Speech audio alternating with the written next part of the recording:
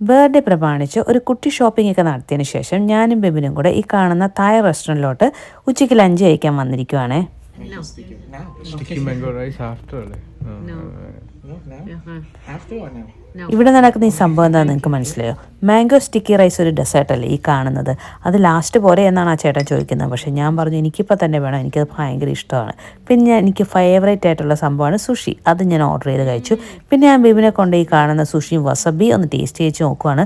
വസബി ബിബിന് അത്രയ്ക്ക് അങ്ങ് ഏറ്റില്ല, പക്ഷേ ഞാൻ വായി വെച്ചതും എനിക്ക് ഷോക്ക് അടിച്ചതും ഒരുമിച്ചായിരുന്നു.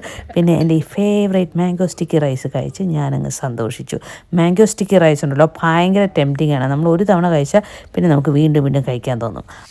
അതിനുശേഷം വൈകിട്ട് വീട്ടിലെത്തി എൻ്റെ ബിബിൻ്റെയും കൊച്ചുവിൻ്റെയും കൂടെ ബർത്ത്ഡേ കേക്കൊക്കെ ഞാൻ കട്ട് ചെയ്തു.